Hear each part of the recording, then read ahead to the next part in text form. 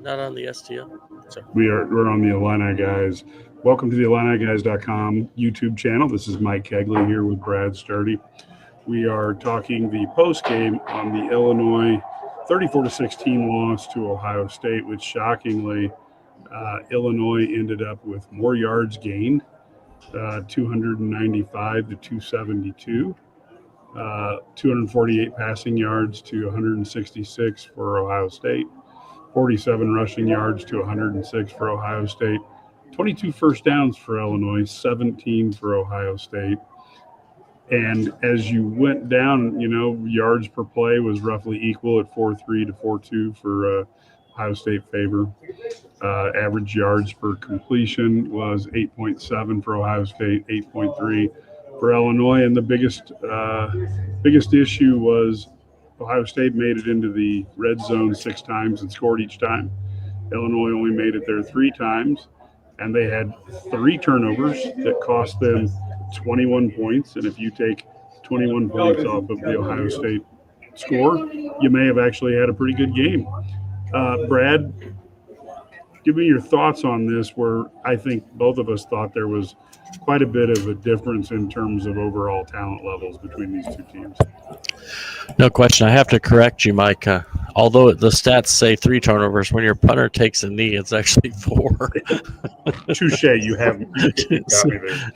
So no, I don't know. I there's just Ohio State has more talent, and I'm not saying that Illinois isn't a good football team, but this Ohio State team is, arguably the best team in the country, and I think that they have the offensive firepower, and their defense is fantastic. I mean, nobody had scored double digits against them. They played some good competition, and Illinois put up 16 points. I think, that it was pretty impressive. I think you got to be pretty happy with what you saw from this things at times, but you cannot beat the number 1 team in the country that has more talent than you when you don't play your A game or your A-plus game. And Illinois didn't play their A-plus game. And the sad part for me was I thought Ohio State was just okay for them today. I didn't think they were like they weren't like great today. They were just good enough. I thought that Illinois was but Illinois was not good. You can't turn it over 4 times and then make some mistakes. I mean, there was like the goal line when they they're on the goal line and they have a false start from the 1-yard line, which they end up with a field goal instead of a touchdown there. And those are little things that, although, maybe it doesn't make a difference in the end, maybe it does. And so I think that's where you have to execute, almost flawlessly to be successful against a team like Ohio State, especially when they have that much more talent than you do. I mean, they have a lot of NFL players. Multiple guys are probably going to go in the first round. And so that's a tough matchup for Illinois. And, I thought they competed all the way down. And like you said, if you'd have told me before the game, we're going to hold Ohio State to under 300 yards of total offense, and you're going to have more first downs than them, I just said, wow, Illinois is going to be right there at the end. And, well, not when you turn it over 4 times. Yeah. And before we even get going any further, Brad, I just wanted to tell you that Delete Me makes it easy, quick, and safe to remove your personal data online at a time when surveillance and data breaches are common enough to make everyone vulnerable. Well, what do these data brokers do? Well, your name, Brad Sturdy, your contact information, 555-1212, your social security number, home address, even information about your family members could all be compiled by data brokers and then sold online. Have you ever been a victim of identity theft, harassment, or doxing? If you haven't, you probably know somebody who has. Delete Me can help. Take control of your data and keep your private life private by signing up for Delete Me.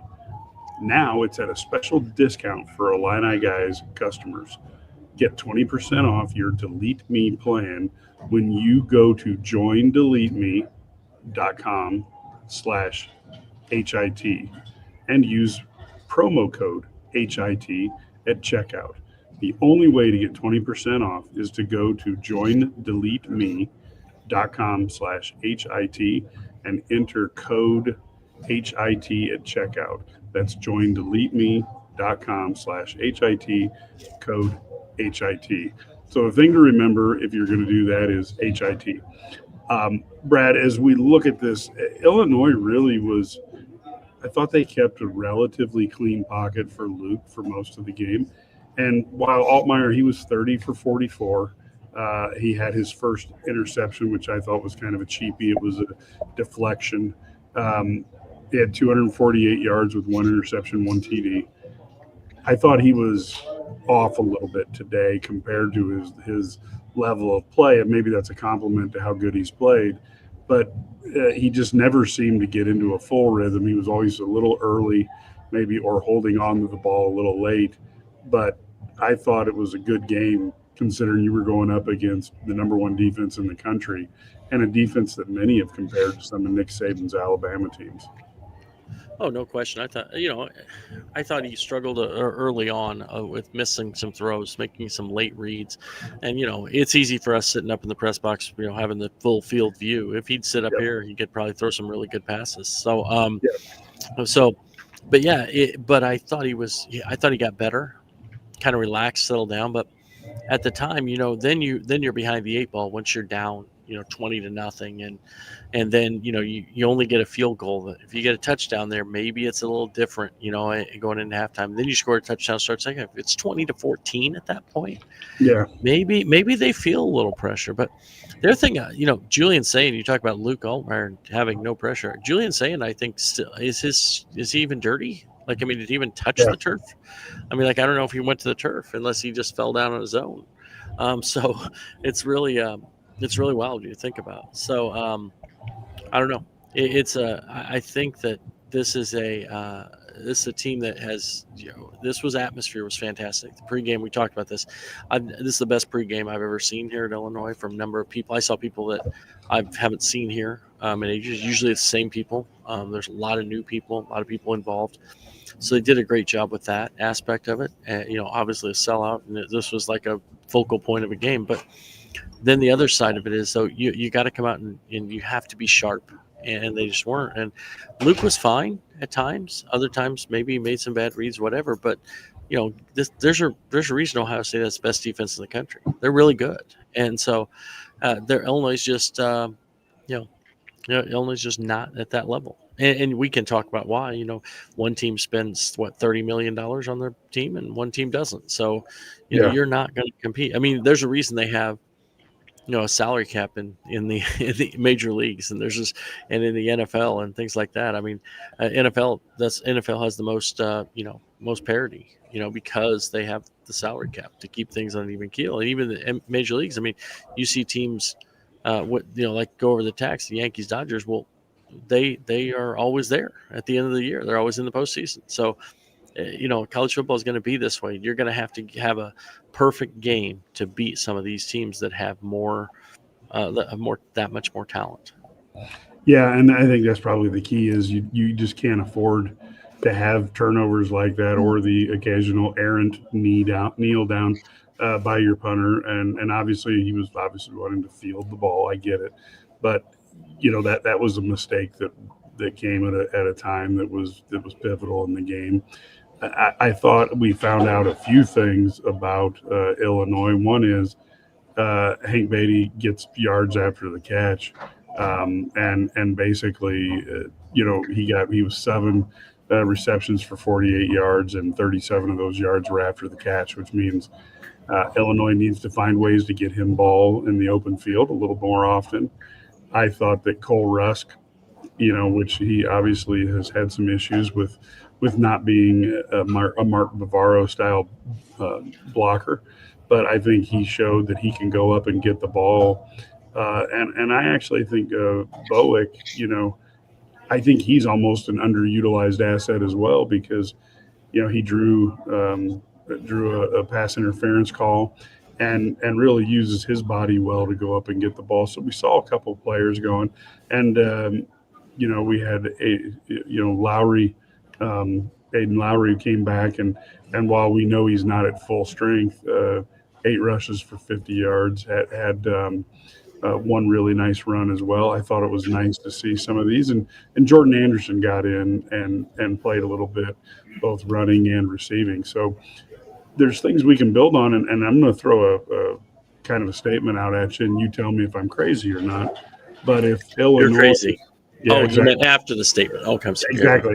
If Illinois' defense plays like this for the rest of the year, there's a good shot that Illinois maybe goes, maybe they only lose one more game down the stretch because their defense played well, and I think their offense will play. They're not going to be playing Ohio State every week.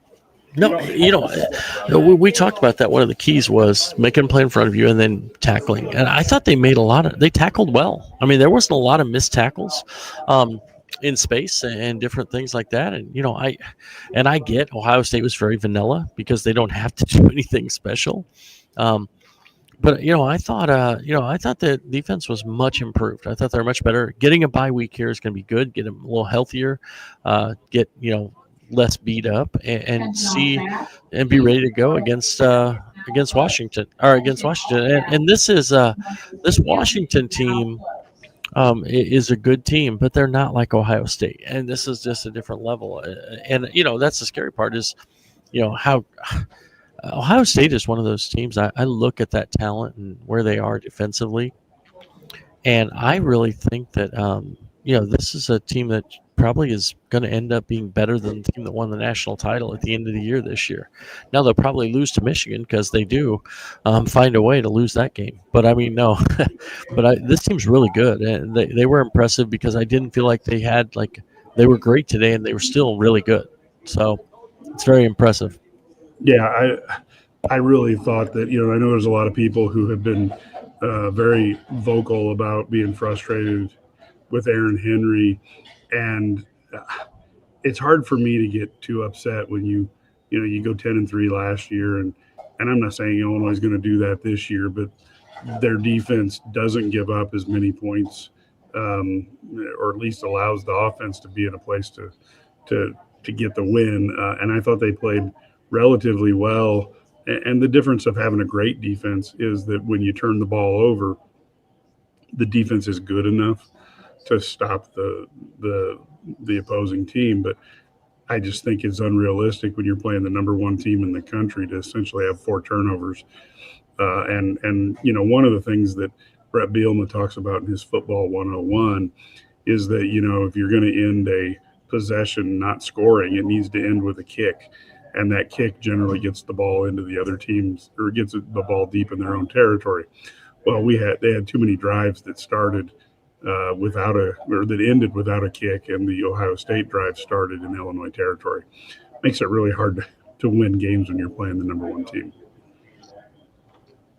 You think? Yeah, I mean that's tough. And I think the big thing is now they got to get these guys all healthy. I think Lawfrey, we saw him. He played and looked better. Looked like he could do some things. Fagan with the shoulder, it looks he was having a hard time. He only carried the ball a couple times after that. And then the other thing is Khalil Valentine. And looking at Valentine, I'm not sure where, obviously they held him out. He was riding a bike on the sideline, doing some things. But in the second half, I think it's pretty clear he wasn't going back in. Right. I think they're probably going to evaluate that. I mean, that guy's got a bright future, so they want to kind of see where he's at. I'm sure. But, we'll probably – I don't think we'll get anything today, like officially on what happened. And, but hopefully it's not serious. Hopefully it's just something being tweaked, and he'll be good because they do have a bye week next week. So that'd be nice to get him healthy, ready to go to Washington because they're going to need him. Need all hands on deck for that one. Yeah, exactly. And as I look at Fagan went back and got in and got played a little bit, although you could tell he did have a stinger. One of the questions that came out that folks had as a lifelong Illini fan, Mel here is asking about the $1 million donation, and it seems like that is something that's probably going to be earmarked for the stadium. Obviously, I'm not in control of how that money gets spent, but I'm not certain that it's going to be a player acquisition. But I do think if you're go ahead. Well, Matt Stevens actually asked Josh Whitman at that press conference about that, and he didn't say no, that it wouldn't be used for player acquisition. But obviously, most of it's going to be earmarked towards the stadium. Yeah. But when the rev share kicks in, Illinois is going to have about $15 million that they're going to spend on football, roughly. And that's more than they've been spending. Now, other teams are going to spend that. Ohio State's not going to stop spending money, but if Ohio State's spending $30 million and you can spend $20 million, now you're at least in the ballpark, right? I mean, you're much closer than if it's last year where it was 22-5 or something like that. I mean, it's just difficult to. And this year, what is it, 30-8 or 9 or whatever, something like that. So as this rev share kicks in, I think that'll allow Illinois to do a better job of competing. I think it closes the gap a little, not a lot, but a little. And then the other thing is you have to really evaluate well. I mean, Illinois done pretty good. Brett Bielema does a pretty good job of that. I mean, he's got some guys, but at the end of the day, the finding Devin Witherspoon type guys and finding guys like that is rare. It's not that easy to do. And so you have to, you're going to have to roll the dice some, and you're going to have to get a little lucky on certain things. But it would have been nice. Like to have Devin Witherspoon covering Jeremiah Smith today. I think that would have been a better matchup. Yeah. Hey, how about him on that two-yard fade? I mean, the separation he got in 2 yards was just insane. I mean, there's a reason that guy was going to be the number 1 pick in the draft and he gone pro. I mean, he's an NFL stud down the road. Yeah, and let me be clear on one thing. Is Illinois a CFP team? Probably not, but again, I think there seems to be a big difference between Ohio State, Oregon, maybe, Ohio State, Oregon, Miami. We'll see if Indiana, how close they are. Indiana, I think, because they've spent a ton of money. Yep. I mean, yeah, exactly. They've got Eli Lilly, they've got Mark Cuban, and there's a bank that's funding that really good over there, and they've got dollars to spend. And look, Illinois has billionaires in Silicon Valley, and they have a large alumni network. One never knows. It takes one phone call to get a little bit more money to run these things. You can look at Campbell, who's funding TCU. One guy can. I guess he's one of 3, but still, you can really turn it on. But I think there's about 3 or 4 teams this year that are better than everybody else, and then I think you can kind of shake them up. And I think Illinois, would they be a top 12 team if they went out the rest of the season? They could be, but and I'm not willing to say they're not one. But if they end up 10-2 with losses to Ohio State and Indiana, those look like pretty darn good losses right now, although you'd like the Indiana game to be a little closer. I don't know what you think of the CFP, but again, my guess is Brett Bielema is planning on going 1-0 every weekend and forcing people to make a choice at the end of the year. Yeah, I agree with that. I think at the end of the day, though, if you finish this season, there's still a lot ahead of them, this football team. I mean, whether it's 9-3 or 8-4, if you do that, 9-3, 8-4. That's pretty good. I mean, I think you got to walk before you can run. You know what I mean? So, I think that's where you can make a move. So, you can kind of get better. So, I don't know. This is I don't know. It's pretty. I think that there's a huge gap in talent. That doesn't mean you can't win that game. I mean, there's probably a gap in talent between UCLA and Penn State, but these are college kids. Sometimes they don't show up. Although UCLA, you got to break up the Bruins now after they dominated the Spartans, right? Maybe they're really good. Who knows? Maybe Sean Foster was that bad. The worst coach of all time. He might be. I mean, clearly I don't know how that happens, but I think the bye week. The number 2 receiver for Ohio State is Carnell Tate. Yes. Yeah, he's pretty good too. I mean, but no, I think that this bye week's huge, and they get better, get ready, and go to Washington and take care of business there, and they'll be that's going to be I think that game would probably be close to a pick-em. I mean, or could be a couple points here or there. It's going to be a tough game, and so I think if they are ready for that game and they play well, and they win that game, then that opens up a lot of doors. You look, if you're 6-2. Heading into those Final Four games where you're going to be favored, if you win that Washington game, you're going to be favored. You're staring 10-2 in the face with just competent football and playing well, because you're not playing another team with the talent. Even Washington, you're not playing a team like this talent-wise yet. Ever. I mean, the rest of this year. I don't care. Even unless you make the playoff, you're not playing a team with this talent level. Yes. I totally agree on that. And one of the things I looked at too coming in from Twitter is there was some severely bad officiating, and there were definitely like the pass interference that it wasn't called in the first half might have made a little bit of difference. Um, Overall, I guess I'm not too impressed if I watch games even as a non-fan. But I don't know that there was anything that the referees that I would tag on the referee as meaning that Illinois lost today. I think it was just a better Ohio State team, and Illinois then provided turnovers to make sure that the better team prevailed. Brad, did you think the refs changed anything that significantly? Here's the thing: they made some calls. I thought they did some weird things, but I'm not. Did they miss a call here and there? Yeah, but I don't think there was anything totally egregious that happened. Illinois, I don't know. I think that Illinois has, they had some opportunities to make plays on their own. The refs wouldn't matter. Like that false start is one of those like mental plays, those little things like that. So those are the kind of plays that you can't make. And yeah, are you going to miss calls? Yeah, it happens. But I was actually impressed that they overturned that Smith catch, Yeah, which was, that was actually through replay. I thought that was interesting.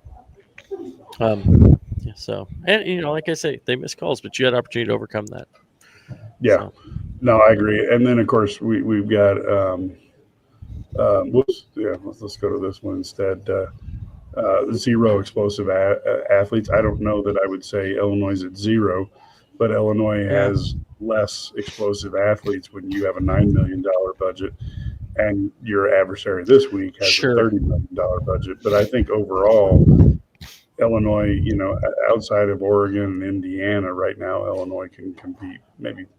Maybe Penn State, but Illinois proved I think they USC has compete. quite We a few saw that athletes. last year. I thought they hung around with Penn State a little bit last year. And I think they're better this year. So I don't know. I think they have some explosive athletes. I think, maybe the difference is, they're obviously tiers.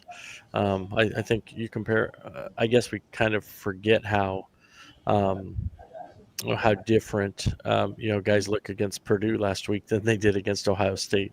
Right. You know, this week they're not getting the same amount of separation because the Ohio State's just more explosive. But no, and I don't know. I think there's some interesting comment. Indiana looked more explosive than OSU. I think that Ryan Day summed that up. Ryan Day said he didn't even watch film of the Indiana game because he isn't playing that team today, and he knew that. There was no point. That was just a weird anomaly. I don't think that's a typical thing. I don't think you can. Do I think Indiana's explosive? Yeah, we'll see. They're obviously they may get a chance to play each other down the road, and we'll see what happens there.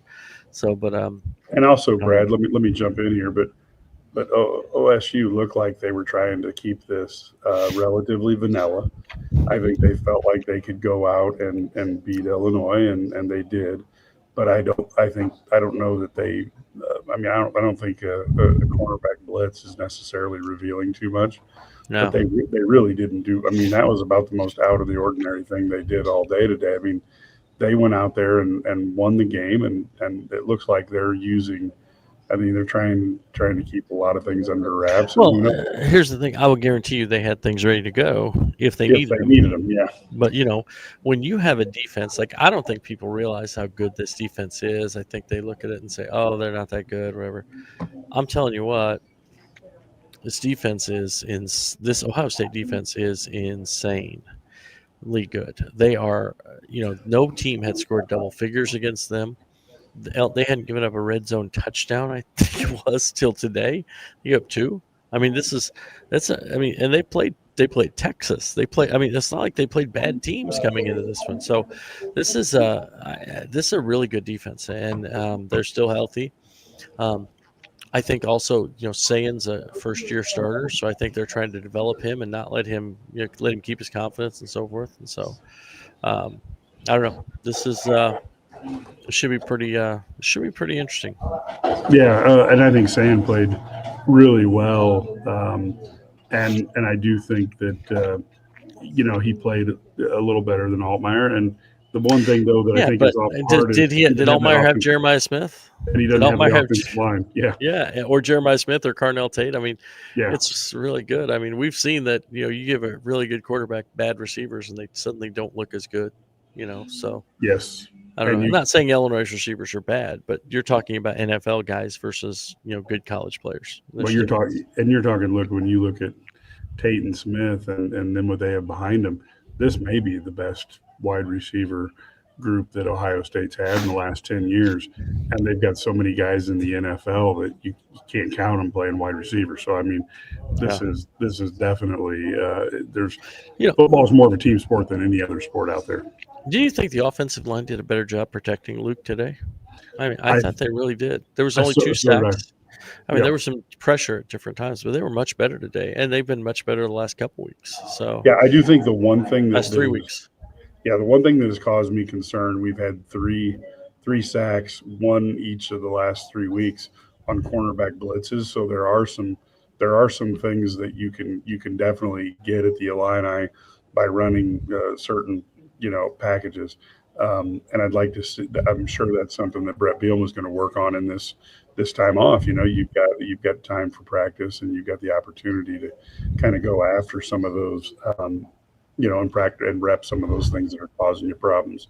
And I think some of the arcane, blitzes that does give this offensive line a little bit of issues. Yeah, I agree.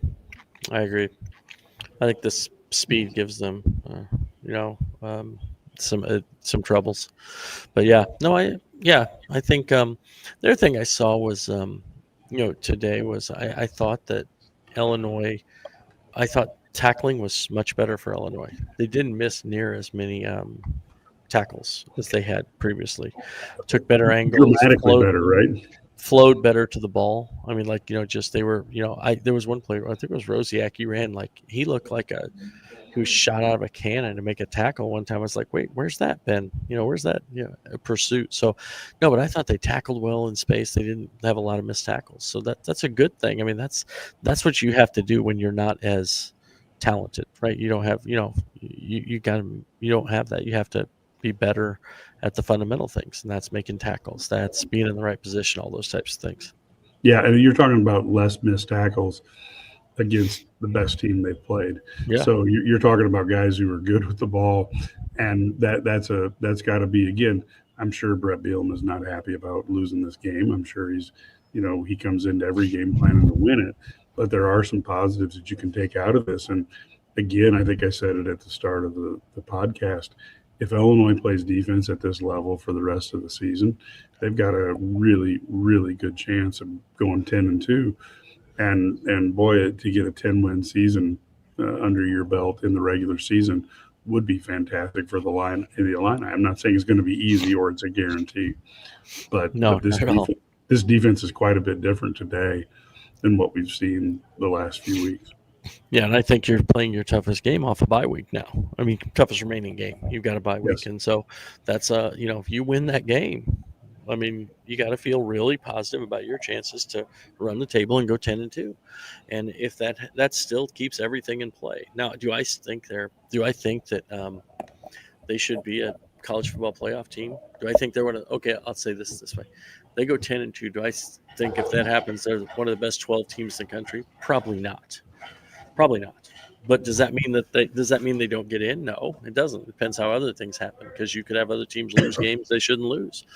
So, just take care. Again, as fans and people who are watching and writing, we can look at all this stuff down the road. If this happens, players just got to say, hey, we're going to get healthy this week, and then next week we're ready. We got to go beat Washington, and then everything else take care of itself. Yeah, and if you would have told me that Ohio State, Smith would have 5 catches for 42 yards, Tate would have 4 catches for 41 yards, and those would be your 2 leading receivers, I would have said Illinois is going to do pretty good. If I would have been told Bo Jackson's going to be 10 for 47 and Donaldson was going to be 13 for 44 from a rushing standpoint, I would have been pretty excited about the Illini's chances. And it comes down to you can't turn the ball over, and you have to play mistake free. against a team this good. And Hey, they the didn't. Illinois punter was 1 carry for minus 14 yards. That'll be his career mark. Like, how was your rushing career? Well, I was hoping to get to 0. Not great, Bob. Just a little outside. Yeah. So I mean, there was, like I said, there was a lot of things to feel positive about. Hey, how about Cole Rusk too? I think Cole Rusk is some. I don't know. That was impressive. So his elevator goes up pretty high. I'd be throwing occasionally. I think I would just throw a ball going, only Cole can get to this. Let's just see what happens. He looked good receiving. Obviously, blocking is not a strength yet, but I thought he looked good catching the football. And this was a, like I said, I wanted Illinois to be competitive. I told a lot of people that. I predicted 31-17. So this game, but here's the thing: this game was actually more competitive than I thought it was going to be. In the sense that had Illinois taking care of the football, which is what I thought they had to do. Yes. Take care of the football or win the turnover. What if Illinois wins the turnover battle 2-0? Ohio State has 2 turnovers, Illinois has 0. Obviously, Ohio State has 0, but I think if that is happened, then Illinois actually had a chance to win this game. But that's the way it had to be. That's the way it had to be. It's turnovers, right, Brad? Yep. I mean, look at so that. I don't think they could win just a straight up game where both teams played their best and Illinois, lost the turnover battle. I don't think that's possible. So right. Yeah, and I just, like I said, there's a lot going on, and this is one of the times I'll talk about scores are sometimes deceptive, and sometimes there's games where it's 34-16 and you're like, yeah, it wasn't that close at all. But Illinois had its opportunities and they made mistakes at the worst possible time, and again, for those of you who I wish Brett would do a video. He could do a video series that football coaches would use across the country on his football 101. But he did that with the members of the media when he first showed up. And look, they broke a lot of Brett's rules, and those turnovers and the turnovers in your own territory, not finishing possessions with a kick. If you're not going to score, you would like to kick it into, those are things that you do 3 times in a game, and then you have the unexpected kneel down on 4th down. Those things just kill you. And that's where I think the Illini, you can't do that against teams that are your peers. And it's really hard when you're doing that against the number 1 team in the country. Yeah, I totally agree. And there were some, I think there are some positives to take away with this. A lot of things to work on, to work on getting better against Washington. But if I'm, you mentioned this, like you never go into a game thinking or wanting to lose, right? I mean, you're saying you're going to lose. You have to have, and I felt like they thought that their game plan would be bend but don't break, don't give up big plays, let them make some mistakes, make a big play here and there and not turn the ball over, take care of the football.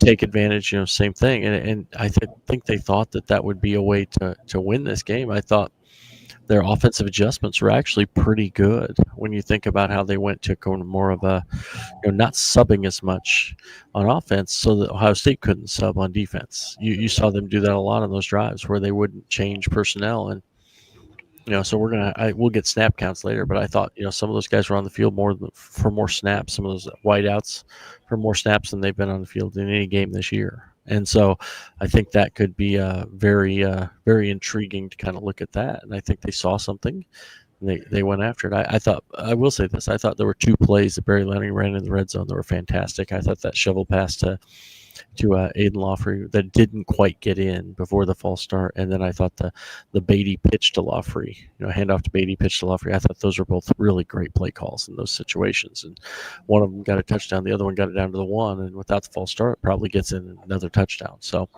so I thought Lenny made some good calls. I thought he brought out a little bit of everything today. Yeah, and the other thing we have is you look at a few things. Let's go through a little bit here. But when was the last time we had back-to-back 10-win seasons? Well, that would be never. So that has never happened at Illinois. And Illinois has only had, I believe, either 5 or 6 10-win seasons in 100 and whatever years that we've been playing football. even when they won national titles, they only played like 8 or 9. So, Yeah, and you look at Ohio State, and I actually did a chart at Illini guys. I don't have it at my fingertips right now, but I don't know. Ohio State's like won double digits for like the last every year but one or so in the last 20 years.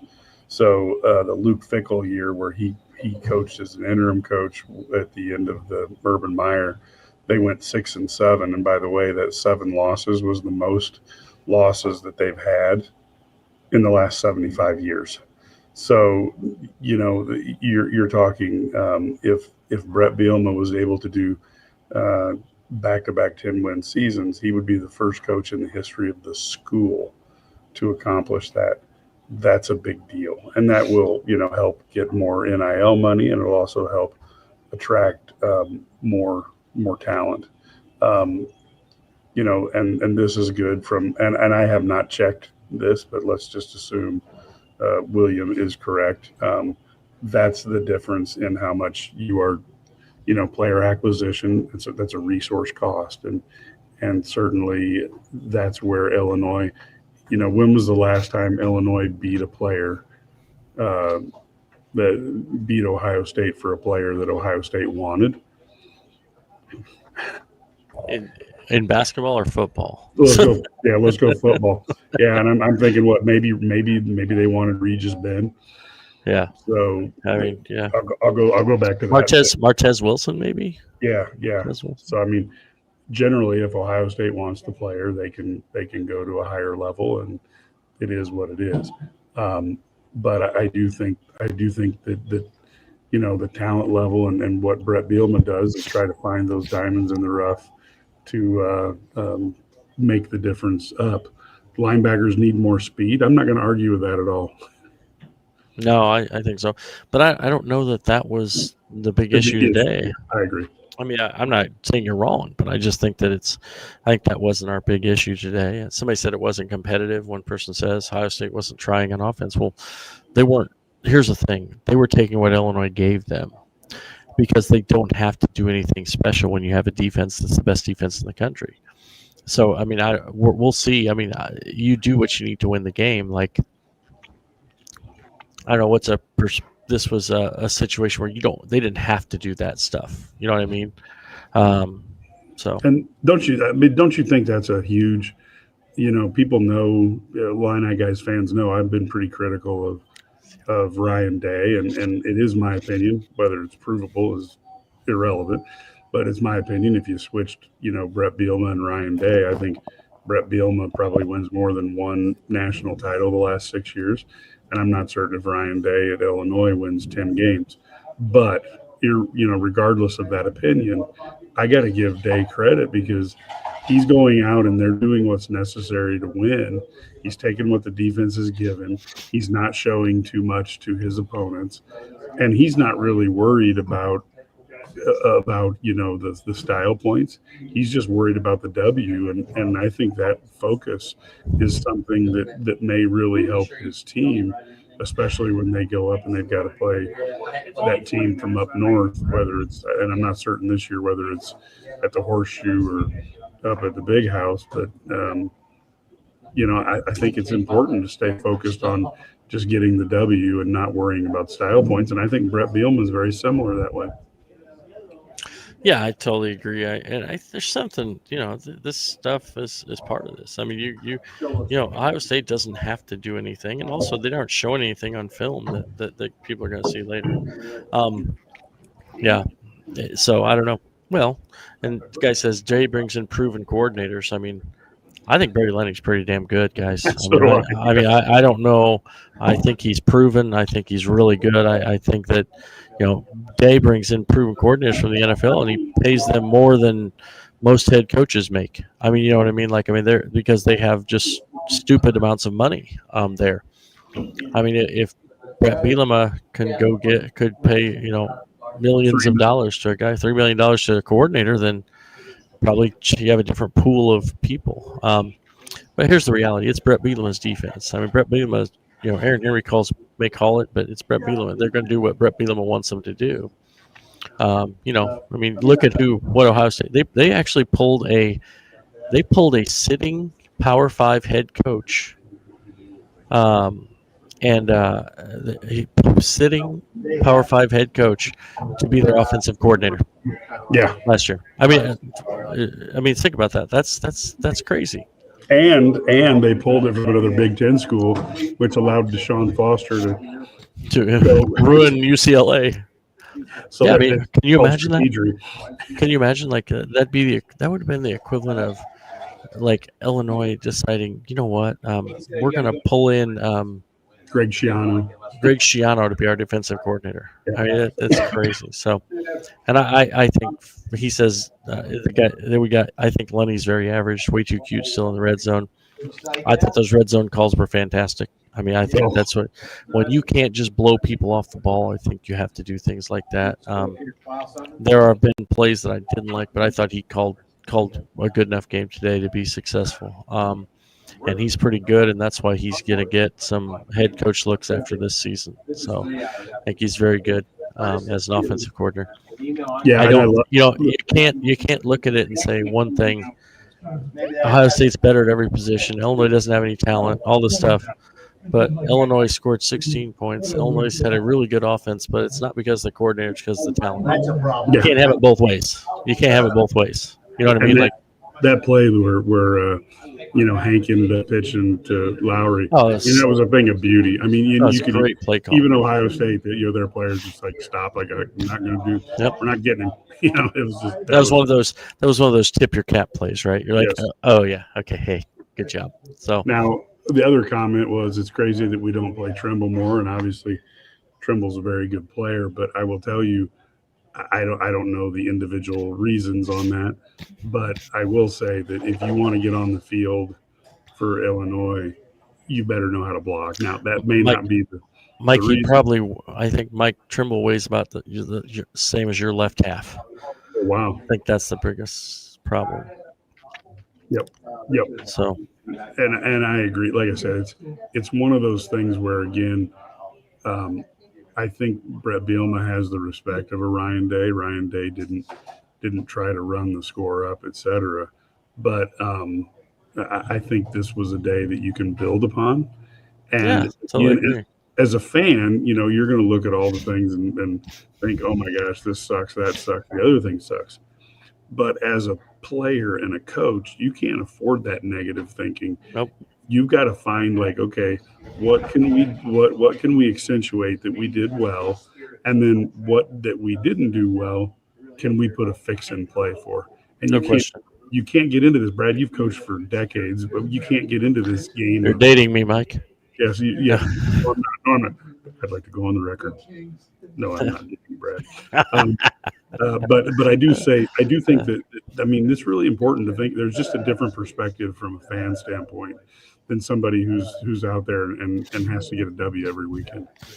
Yeah, no question. I mean, we can do this, and we can look at that. But this is one of those things. What are you going to do? Well, here's the thing: whether or not you're upset about loss or you're mad about the loss, you're going to have to play Washington in 2 weeks. You play Washington in 2 weeks. It doesn't matter what. So you have an option. You can complain about this or move on. So yeah, I think that's part of it. I mean, that's part of this game is moving on to the next play. So but this is right. So that's a chicken and the egg thing, right?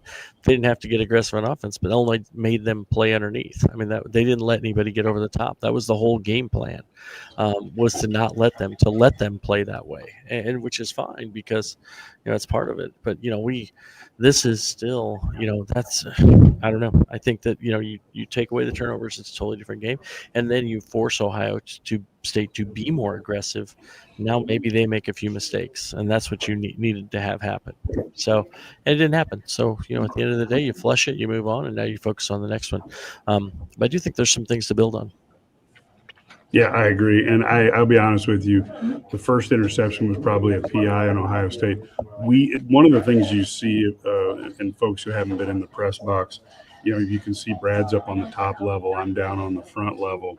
But there are small TVs that are up above. We don't get the best view of the instant replays, and we're trying to get it on our phone while we're trying to watch what's going on, locally, right in front of us.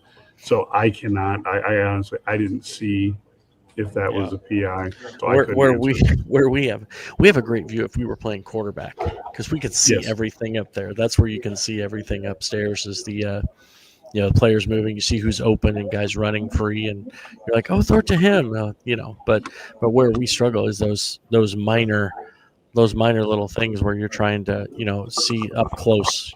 Without your binoculars, you can't really see.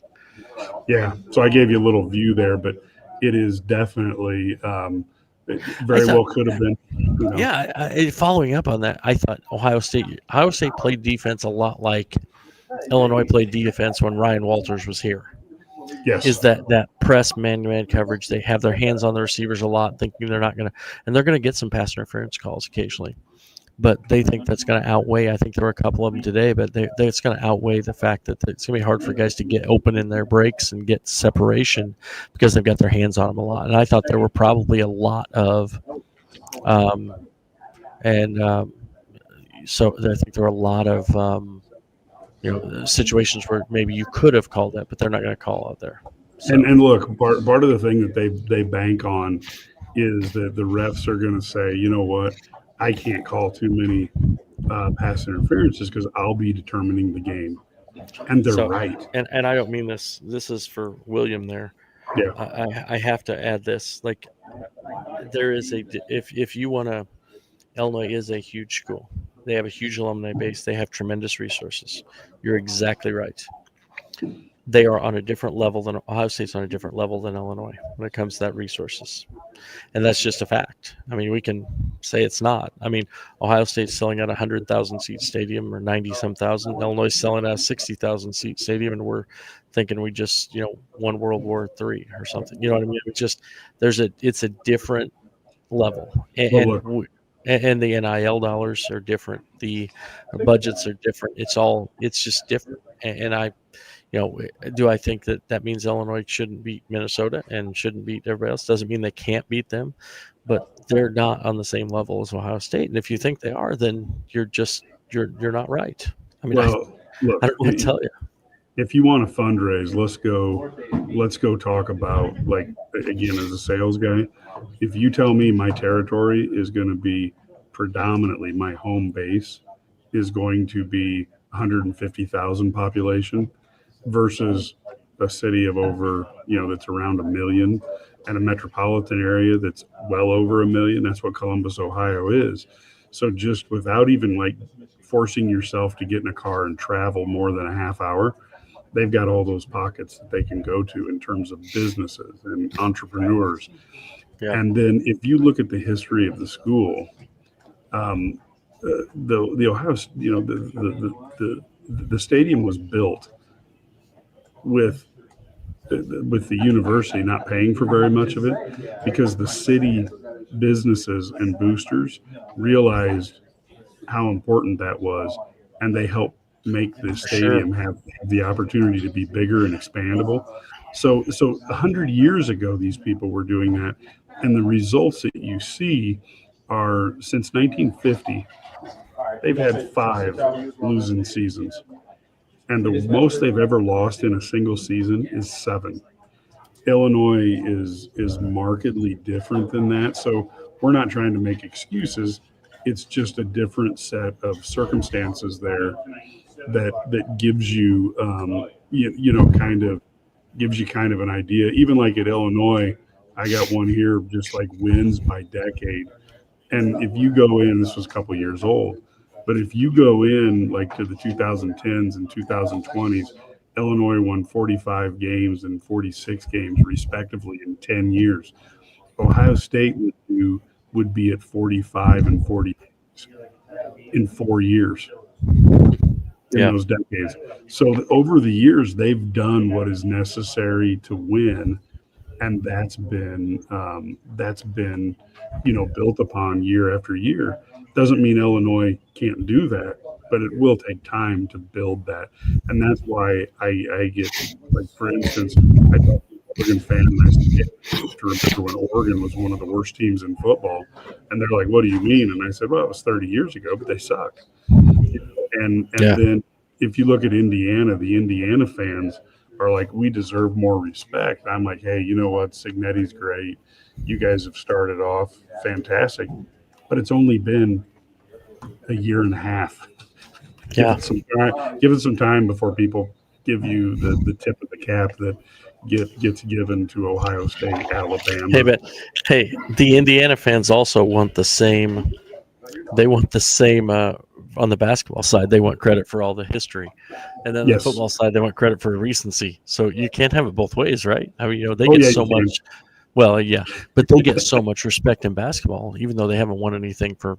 I mean, forever. You know what I mean? It's Right. been a long time. So, yeah. And so, but here's the other thing. Like that doesn't mean that Illinois can't beat Ohio State and can't catch up with them. It's just going to take time, and you're going to have to, just things are going to have to be a little bit different for moving forward. But yeah, I think that the other thing is like you mentioned the metropolitan area. The other thing is Illinois. Somebody will say, well, Illinois has Chicago. They do. They share Chicago with Notre Dame. They share Chicago with Northwestern. And also they share them with the Cubs and, well, maybe not the White Sox, but the Bears and the Bulls, right?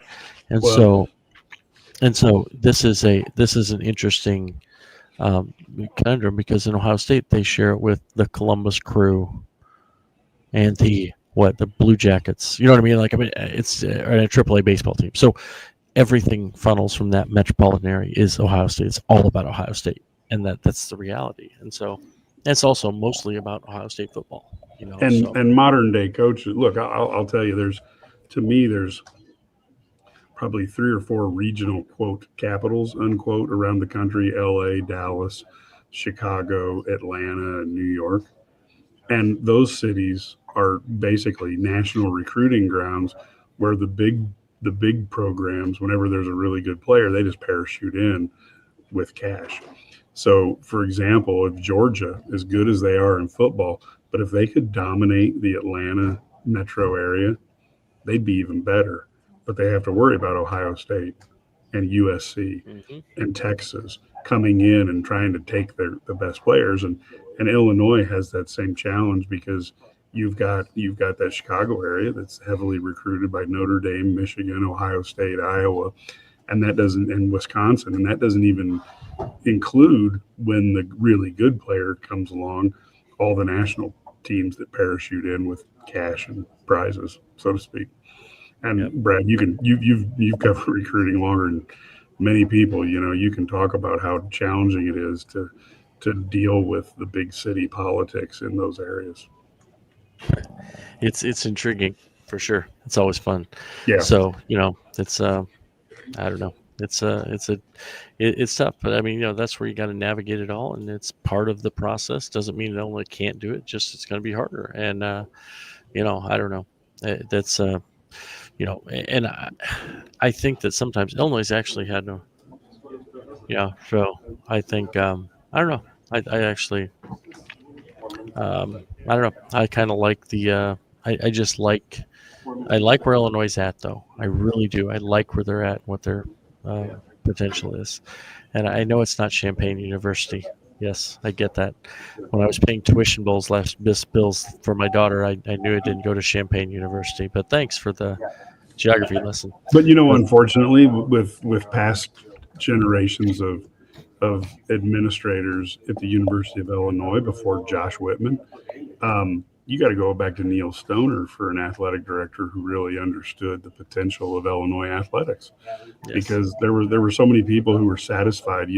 Hey, as long as you don't get in trouble from the NCAA, as long as you don't operate in the red, you stay in the black, and as long as you're competitive with no definition of what competitive is, you're okay. Well, Josh Whitman doesn't operate under those rules. Josh Whitman operates under, you're going to follow the rules, but you're also going to win games. Brad Underwood came here and he was told that he was going to win games and find ways to do it, and Josh would help him as best he could. And that's important. And we're starting to see things change around. Brett Bielema, the same thing, but it takes time to get that rolling. And you'll see that as the more street cred that Brett Bielema and Brad Underwood get each year, the more NIL money they attract, and that's what is necessary to win. Yeah, no question. And that's at the end of the day, that's the reality. And it's like I don't know. I guess I'm going to actually kind of agree with Stephen Russ. The huge difference in NIL, you won't beat without luck or an extreme amount of discipline. But the bottom line is your margin for error is much, much less than a team that spends a lot more money. But let's be real honest with you. Somebody might say that about Illinois basketball the same way. There I go. Well, Brad Underwood, his NIL funds are enough that he can get these studs from Europe. That's true. Underwood was talking about that the other day, how they can now with NIL allows them to get those guys, and you can get the better guys, and that's I don't know, it's pretty good. But yeah, so it's always interesting. So I do agree with St. Dominic's Rosary that Illinois can be better in the portal. But the other thing is Brett also has to retain guys, and so he was looking at more of a retention thing and filling holes. They did go out and get some defensive linemen this past year from Wisconsin. So they did some good things. Yeah. I mean, so, yeah, I don't know. Yeah. I just think it was different. I don't know. I don't know. And we can, it's a lot of times, so, I just want people to remember that, a few years back, they were looking at, gosh, if we could just get a guy who could get us to a bowl game every year, we'd be so happy. I don't see happiness. Do you see happiness, Mike? No, I don't. I don't see happiness, and so this is what happens, though. This is where we end up. You always want what you can't have, right, or you don't have yet, and so which is not a bad thing necessarily, but I think the Illinois is competitive. They're a team that's going to be in a bowl game again this year, and to continue, what level of bowl is still to be determined. But this is a good football team. They just ran into a buzzsaw. Yeah, and I think the NIL has helped Illinois catch up a little bit, and I do think that it's been used smart. Again, you want to take an IQ test against Josh Whitman. Good luck. Go ahead and do it. But I do think ultimately, I was talking to Lauren Tate, and many of you guys know Lauren Tate's the dean of Big Ten sports reporters. He's going to have his 94th birthday next month. Has covered Illinois for 50-something years, and then grew up in Monticello, so he's been going to games since the 1940s. And I asked him, I said, do you think Brett's the best football coach since John Makovic?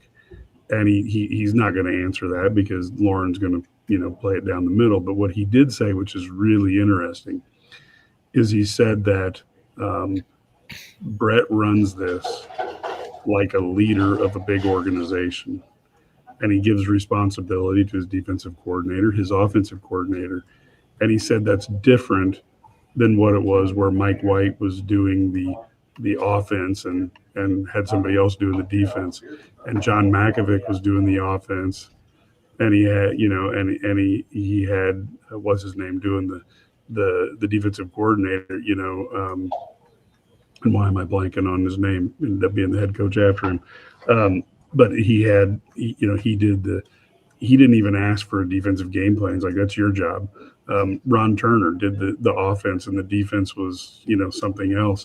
And he said Brett runs it like a head coach, a true head coach, not a half the team's my team and half the team's somebody else's. So I think they're on a good path. And today, I don't think there was any dishonor. The Buckeyes were a better. Well, how can Texas recruit when everybody recruits Dallas? But that's the same thing. You go into Dallas, and you got Dallas players who go to Alabama. You got Dallas players who go to USC, go to Notre Dame. So if Texas could dominate Dallas, they'd be way better than they are right now. The other thing that's really interesting about a place like Dallas is you have to figure out if these kids have maxed out, because down in Dallas there is a lot of disposable income. So these kids who are quarterbacks, they have like a footwork coach, they have a passing coach, they have a conditioning coach, They have a speed and agilities coach. They got like 40 different coaches, and you're like, when this kid gets into college, is he going to be any better? And Texas over the last 15 years has had a challenge of bringing in kids who are like 5 stars who don't get that much better in college because they had kind of maxed out everything. So there are some challenges there. And Illinois is like everybody else. You got to figure them out.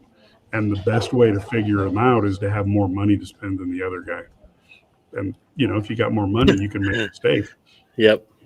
And that's kind of the way it is. Here's the thing. We've talked about this a million times. It's all about, the reality is it's all about, you have less margin for error. It doesn't mean you can't win. Just you have less margin for error at the Illinois level versus the Ohio State level and the Oregon level and the, Michigan and Penn State, what they're spending on their programs. So hopefully Illinois can, up that ante and get a little bit more. Yeah, and I think Matt is relatively close to here because I'm seeing other people come. So hopefully he'll be jumping on any second. We can kind of, ask a little bit about it. And yeah, I mean these aren't excuses. It's just things you got to work through. And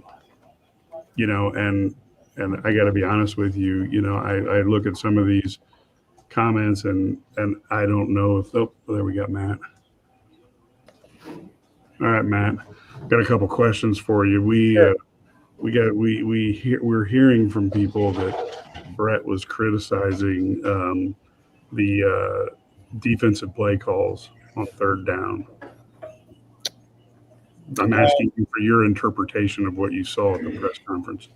He was frustrated that they didn't get off the field on third down.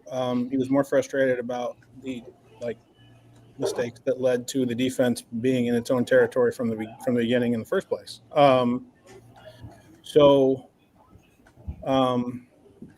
Yeah, I mean that first drive he was frustrated, but if I remember correctly, I think they only scored 3 points on that drive. So Aaron got off the field with a field goal on that one. But he was frustrated that they had like a 3rd and 8, 3rd and 9, and they didn't get off the field. That's going to be looked at in the bye week, but there was more frustration in one when we gave them long fields. We couldn't get off the field on third down, but then we made too many mistakes to give them short fields, and then basically, I mean, you didn't ask, but like Matt Bailey kind of put it, like everybody bitched and complained last week about the defense giving up big plays and giving up, explosives and not being able to tackle well. He said the turnovers and the mistakes kind of made it look like the defense already gave up their 50-yard explosive play before they ever got on the field. So kudos to Matt Bailey for giving out a really good analogy for I thought the defense bowed up and played about as well as they could when I felt like offense and special teams kind of gave the game away in the first 30 minutes. So that was what Brett was really, really, really peeved about. Anything about being frustrated at the offensive play calling by Lunny or anything of that matter? We thought so, and then in the end he said the head coach decided to not use tempo in the first half, and that was a mistake. Apparently it was asked on the headset between the first and the second quarter, do we want to just go tempo? To quote Brett, well, am I allowed? I'm like, hey, boss, am I allowed to cuss on this? You can go ahead. Okay. Quoting Brett Bielema, they couldn't stop shit when we went tempo, and it was allowed. It was said on the headset between the first and second quarter. Do you want us to go tempo? And the head coach said no. Okay. So he said that was a mistake on the head coach's part, and he said there was probably some play calls that led to drives stalling out. I mean, no, I don't think. I think if folks are wanting to grasp at straws and say that Brett Bielema bus tossed his offensive coordinator and his defensive coordinator, we need to sit down one-on-one, you, Illini Guy subscriber, and me, and watch the thing together. And because I don't think we're not interpreting the same thing. Yeah, no, I'm just. Yeah, I find it interesting. It's funny though. Don't you think a lot of it? I think he was afraid to go tempo because if you go tempo and you go 3 and out against that defense, then your defense is back on the field, and that's gonna. They've already been put behind the 8 ball. It's a tough call. I think he should have gone tempo because you're playing. I think they were almost played a little bit not to lose at some point. You know what I mean? Like, and by playing not to lose and playing conservative, generally speaking, you end up losing, right? I mean, but they were going to lose to Ohio State 9 out of 10, at least 9 out of 10 times when they play them, right? I mean, they have to. Right. There's a difference in talent. I just feel like, just to sum up exactly what Sturdy said, the head coach agrees with Sturdy in the hindsight of he thinks the head coach screwed that up. Where it's like, I don't want to go tempo. If he just listened to me all the time, right? Like, I mean, I think what Bielema is saying is Barry asked, "Hey, do you want us to go tempo?" And Bielema said no. And at the end, he said, "Oh, no, like Barry's not doing something." Look, I want everybody to understand this because this is important to listen and understand. There isn't anything that this football program touches that the head football coach doesn't have control over. Not a thing, not a single thing. Nobody is freelancing in the Smith Center or at Memorial Stadium on game day. Nobody. And so at the end, when he clarified, "Oh, no, like we had conversations and the head coach said no, and he probably shouldn't have." And I was like, "Oh, okay." Like, and so what they're going to do in the bye week is go, "Hey, Barry, that's probably a good idea. We probably ought to run 90% tempo after the bye week anyway." So I think that's some of the things that he's looking at. I initially thought it wasn't a full-throated defense of Aaron Henry, even though I asked him, "Hey, Brett, like you were adamant after the Purdue game, you wanted to limit the explosives and you wanted to tackle them as soon as they got the ball, and you were in front of them." I thought that happened today all day in Aaron Henry's defense.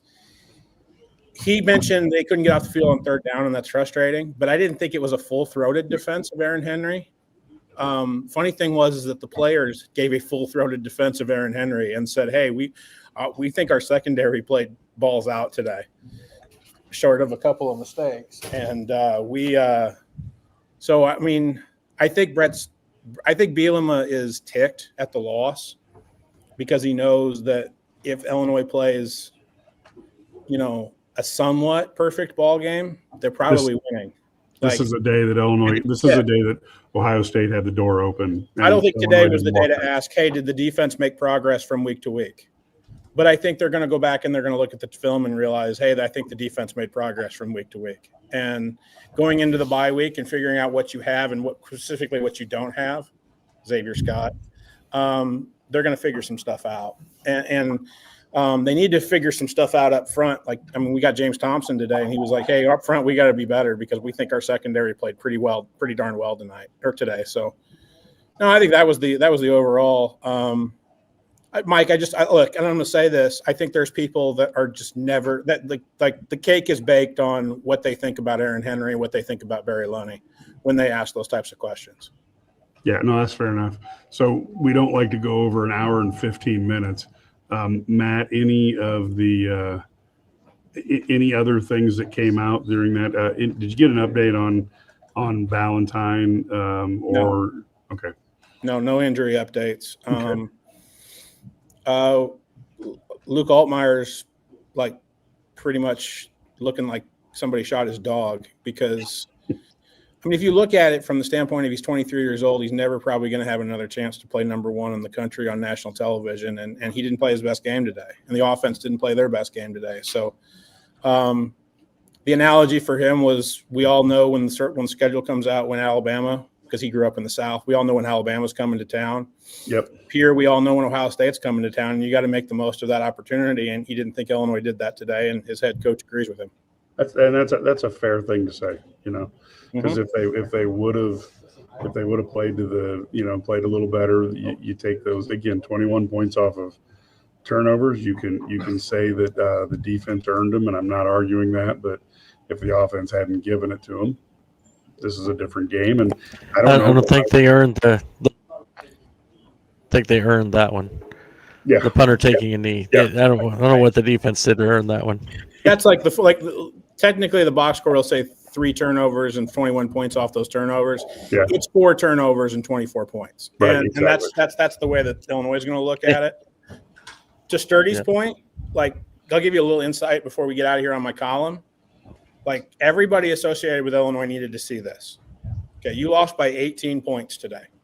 And you didn't play great, and Ohio State didn't play great, but it was kind of even on like who played about, if you were to grade both teams, right? I mean, I think Illinois gets a little bit lower of a grade, but like, it's not like Ohio State boat raced you, but the chasm of difference between where Illinois is now and where Ohio State is now, you needed to see that, because you can lie to yourself and say, hey, look, all we had to do was clean this up, clean this up, clean this up, and clean this up, and we're right in that game. That's why Ohio State's number one in the country, and you're not. That's why when you went to Eugene last year, you got boat raced, and that's why when Ohio State comes in here, you lose by 18. I'm not saying Illinois is a bad football team. They're absolutely not. They could go 10-2 the rest of the and finish 10-2 the rest of the way. But the gap between number 17 in the country, which is where Illinois is, and number one in the country, is about the size of the Grand Canyon, and people need to understand that.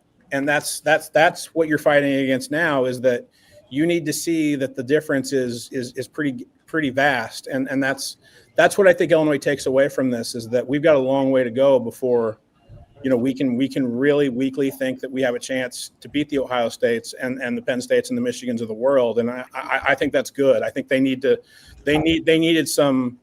be a little humbled a little bit and go, hey, like, we still got a long way to go in this build, and I think people needed to see that today, and that's, again, that's not knocking Illinois, because where they are is so impressive from where they were, but where they have to go is still very, very far.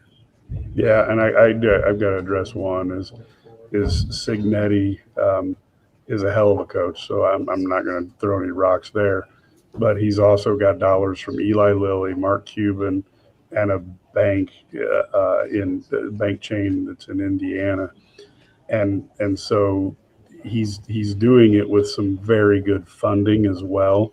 So let's not make this into he showed up with 4 guys or 20 guys from James Madison and magically is all better. One of the things that he's doing that I don't think is talked about enough is he's winning because at James Madison he coached at a different level, and he's been able to identify some of those guys that he can bring in from that level at pennies on the dollar, and then he can spend more money for difference makers in the portal, and he's got the dollars to do so. So anyway, Matt, give us a wrap up here as we hit that 1 hour and 15 minutes, and you want to make sure we kind of get anything else that you think is important.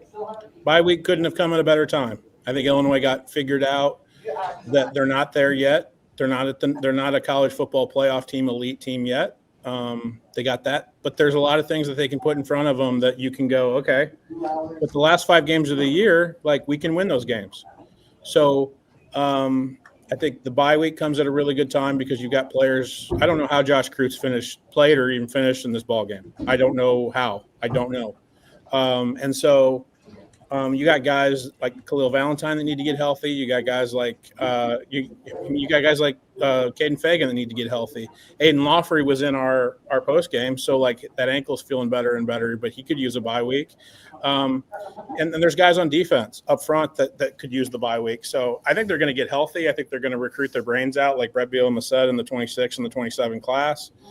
And they need to recruit better because, like Sturdy said like when I got in here right off the bat, like closing the talent gap allows you to make a couple more mistakes and still be in the ball game. But if you don't close the talent gap, you can't make any mistakes against Ohio State and hope to win. And that's a hard thing to try to accomplish against a team that's that good, that's that well coached, and is that disciplined like Ohio State. They're the defending national champions for a reason, and they play like it. And so I don't think Illinois has anything to woefully hang their head about, but I think they got a wake-up call today that they're not exact. I think a lot of people wanted to put them on the same kind of tier as like maybe they're that 4th team in the Big Ten.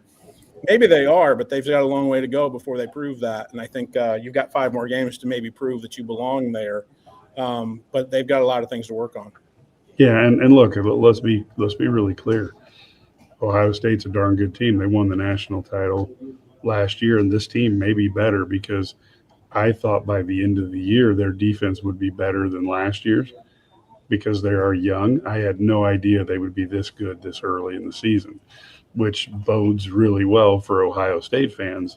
This was a really, really good team, and I don't want anybody to perceive like we think Illinois, underperformed, et cetera. It's just, this is a tough one, and that ultimately, I think as I look at it, I look at things by resources, and I'm thinking, if there's, Mark Andreessen's watching this and he gives it any type of care of Illinois football, maybe he needs to throw in a little, because that's the resource capability is to acquire talent is the number one thing in this sport right now, and Illinois could use some more.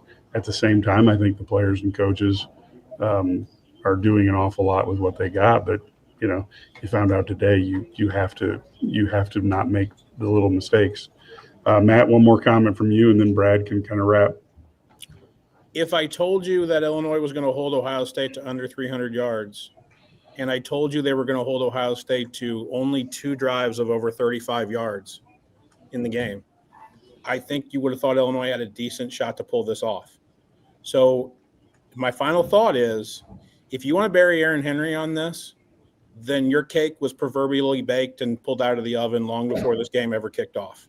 And I'm sorry for you, but there was progress today on defense. Lots of progress on defense. You didn't see any major coverage busts, and you didn't see a lot of explosive plays by the defense, by that secondary. And that was what was emphasized all week. I don't think Jeremiah Smith did anything to think that he belongs in New York in this game for the Heisman Trophy. I don't think Julian Sayin did anything to prove that he's the best quarterback in the Big Ten in this game. I think Illinois' defense tried like hell to make Ohio State beat them with field goals, and Illinois' offense and special teams just kept giving them short fields and turning the ball over and making mistakes. And that's the summary of this game to me. But I think that there are a lot of things I thought from week to week that this defense can hang its hat on, improvement and progress wise. And if they go into the bye week and look at these last 5 games and play like they did today, I think they have a really good shot of going 5-0 in those games if they continue to play the way they did today, even without Xavier Scott. That's my final summary. Perfect. I appreciate that. And of course, if you enjoy the stuff, you can come to IlliniGuys.com, 27 cents a day. And we've got Brad Sturdy, whose computer did officially die. Any final thoughts, Brad? It's the next game, right? Next play mentality. You got to worry about the next one. Nothing you can do. Go back. You can't fix it. You made some mistakes. There's some things to build on. A lot of positives. Perfect. So, like I said, when you see this podcast, if you can subscribe to IlliniGuys.com channel, you can share this with your friends. That would be great. And go to IlliniGuys.com where you can get onto our message boards and have one-on-one conversations with Brad, Larry, Ked, Matt, myself. That would be fantastic. And folks, until next time, which we have Monday night, we will do an Eye on Illini live on basketball Monday night. So be looking for that. And until then, go Illini.